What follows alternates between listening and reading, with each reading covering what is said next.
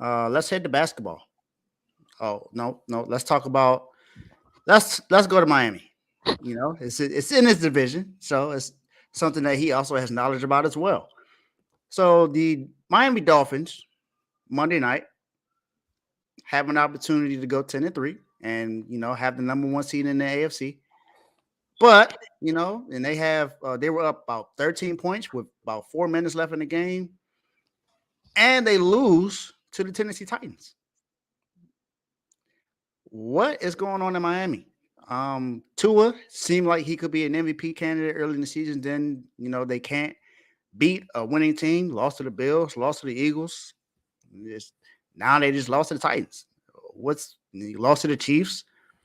Tyreek Hill is having a phenomenal season. Has the opportunity to possibly break Calvin Johnson's record for yards in the season and go over 2,000 yards, but it seems like it's not going to amount to anything. Jalen Phillips is out for the rest of the year. Remember, in the beginning of the year, Jalen Ramsey was out. They've had injuries every now and then. They just went and signed another a linebacker because they have someone else that's out for a little bit. So, Joe, what's this is your brother's team? What's going on in Miami, Joe?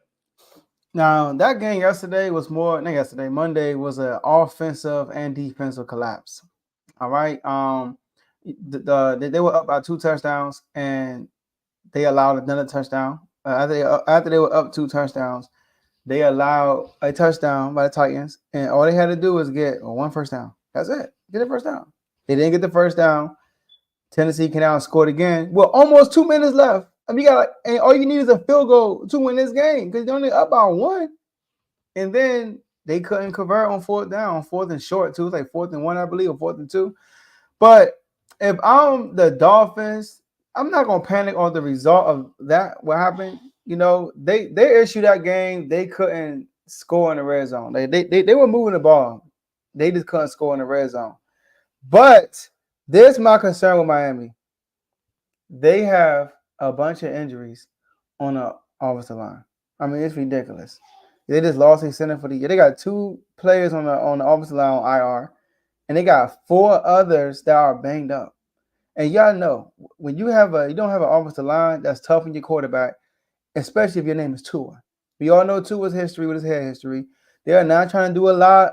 They're not trying to have Tua hold the ball for too long, and Tua is not going to, scramble and create plays. He did a few times that yesterday. I'm not gonna lie. He scrambled like a couple of times yesterday and made some plays, maybe Monday. But them having that offensive line being injured is really concerning going forward. Because you look at the teams they might have to play in the playoffs. The Ravens. I mean, they lead the league in sacks. I mean, come on now. The Chiefs defense is like that. If the Bills get in there, the Bills, their defense is pretty good. They got injuries themselves. So they're going to have issues, and they are a finesse team. So Tyreek Hill constantly getting banged up. I mean, he never get put out the game, but I feel like every other game Tyreek get like a some type of injury, like during the game. He's holding something, walking off the field. So it's gonna be tough, man. It's gonna be tough. But I think Mike McDaniel's execution down the stretch need to be better because no way you couldn't get that first down. I think it was 3rd and short and 4th and short, and they didn't get it at the end of the game. There's no way you don't get that right there. So I won't be too concerned, but I will be concerned about with Miami because of the offensive line issues. Yeah, for me, it's like what is the actual concern? Like, what are your expectations of the Dolphins? Are you expecting them to be a Super Bowl contender or a playoff contender? I mean, if you're expecting them to be a Super Bowl contender, then I say yes, you should be concerned because for one, like I said before, they can't beat a winning team. They have not beaten a team with a winning record just yet, and now they just lost to the Tennessee Titans, although they are still battling for the division with the Jaguars and the Texans. I think just about everyone doesn't think that they're going to get that spot. I mean, they have their 5th win of the season, but more than likely the Titans are not going to get that spot. Um, Now, as a playoff contender, I mean, they're going to make the playoffs. I don't think that's going to happen. I don't see them losing every single game after this. So they're going to make the playoffs. But like Joe said, they definitely need to. Mike McDaniels does need to learn how to execute when the game matters in the end. Because you have a 13-point lead, you had basically two straight fumbles that your team got to put you in position to score and win the game. You were up 27-13, I believe, or something like that. 27-14. 27-14. You're supposed to win that game. Then It was 13. What's going on? Oh, that's me. Sorry, go ahead, Dave. oh, I was like, what is up? But I'm not expecting much of Miami. So I'm not overly concerned. I mean, like Joe said, they have injuries in the offensive line. Devon A-Chain has just got back from injury, so that's one thing. Remember, Jalen Water was out for a while with injury this year. Jalen Ramsey has been out. Jalen Phillips is now out for the rest of the season with a torn Achilles. So there's not much they can really do. It's not many moves they can make to be able to improve their team right now. I mean, you can make some depth moves to try to help you out in case injuries happen, but there's nothing you're going to do right now to be able to win a meaningful game in the playoffs against, like you said, the Ravens, against the Chiefs. Maybe even the Browns. The Browns right now still have the number one defense as far as yards. They don't allow a lot of yards. They allow a lot of points now, but they don't allow a lot of yards. The Steelers defense can still be good, even though we just saw them lose to the New England Patriots. We know that defense, when they play tough, with Minka Fitzpatrick and TJ Watt, that they can cause you some issues. And Tua right now is not that offense is. I don't see them being able to win a game that put them as a position to even make the AFC Championship game. So the Dolphins right now are just who they are. They're a really good team that can score a lot of points, but right now they can't stop anybody, and they can't stop making mistakes. So, and when you talk about somebody like to be able to make decisions in the right moment, Bill Belichick has always been known to make good decisions in the right moment. So we know that's something that he's going to do. So Mike McDaniels has to learn that, because look at the coaching tree that he comes from. He comes from the Kyle Shanahan coaching tree. You got D'Amico Ryans out there who has the Texans in position to be able to make the playoffs, who a lot of people probably did not believe that was possible this season with the rookie quarterback, a rookie head coach, Will Anderson, who came out of Alabama, and a rookie, basically their best receiver is Tank Dell. Is another rookie wide receiver. No one expected them to be where they are. And you got the Jets, who's had injuries, of course, with the quarterback position, and they got Zach Wilson. Although he did play well on Sunday, we know he has not played well throughout his career the last two seasons. I mean, he did just get drafted last year, but he didn't look good last year or this year. Then you got Sean McVay, who was on Kyle Shanahan when he was in with Washington. Look at what he does. His team, even though he's real injuries, the Rams look like they could be in position to possibly make a wild card. Mike McDaniels has pretty much the same exact offense as Kyle Shanahan does. He just has a lot more speed. He got Jeff Wilson Jr. and Raheem Mostert, who was in that offense. So that's why Raheem Mostert has been having a phenomenal season this year. But everything else is not. It's just not clicking together for this team. So I don't expect much from them. I'm not overly concerned because I didn't expect them to be a Super Bowl contender once I seen that they can't beat any winning teams.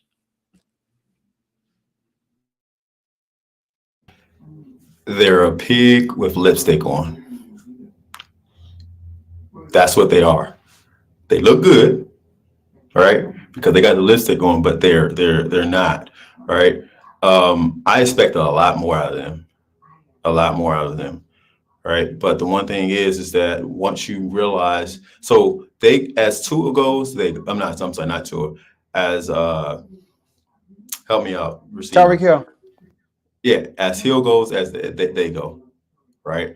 And you saw when he went out, that offense was horrible. When he came back in, now he's throwing passes to the sideline, and he's catching them on the sideline and things like that. He couldn't do none of that when he wasn't there. Right. So I don't know, man. I will be concerned.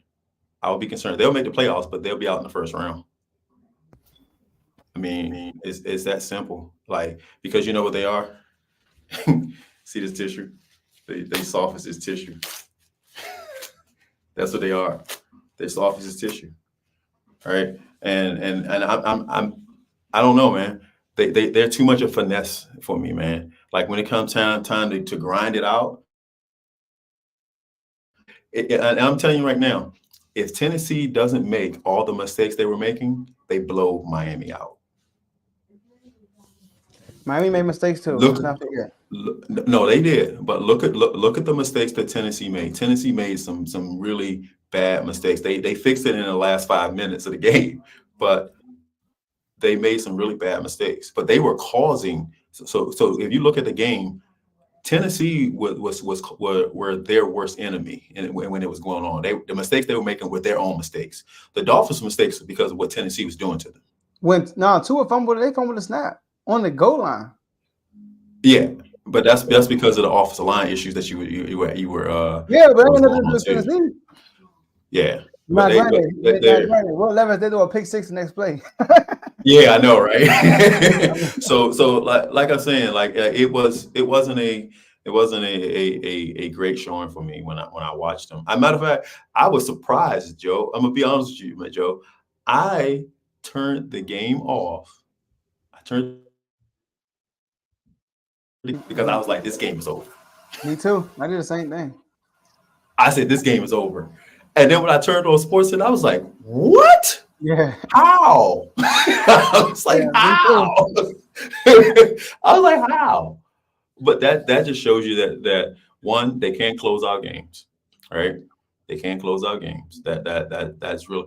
Unless it's against somebody, a mediocre team, they can't close out games. Well, Tennessee's it should be considered a mediocre team. I mean, they were 4-8 before they played the Dolphins, but now they have 5. Yeah, but for some reason or another, Will Levin's got them playing. Hold up the Patriots. My bad. Yeah, they closed us out twice, right? But everybody closing us out. You know, we're open shop right now, right? But not the Steelers. But you know, we handed out wins like Oprah handed out cars in her show, right? You can have a win. You can have a win. You can have a win. Right. So, but no, man, I expect better than them, man. Hopefully they'll toughen up, you know, before, you know, the playoffs start. They're going to watch them the next 2 games, right? Want to watch them the next 2 games and see how they play, right? If they seem to be a little more competitive in these games right here, like the entire game, then I'd be like, okay, maybe they fixed it, but they got to fix stuff fast. Now, I know Dave said they can't beat a good team, right? And you know, Dave said it, they can't beat a good team. I'm not saying they're going to lose all their games.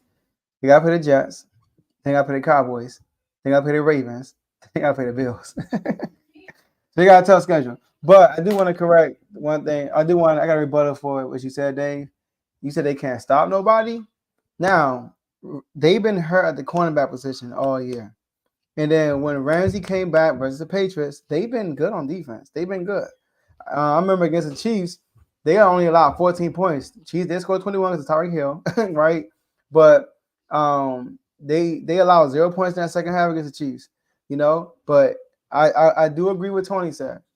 They have improved to close a game against a good team because they had the opportunity to close against the Eagles, interception.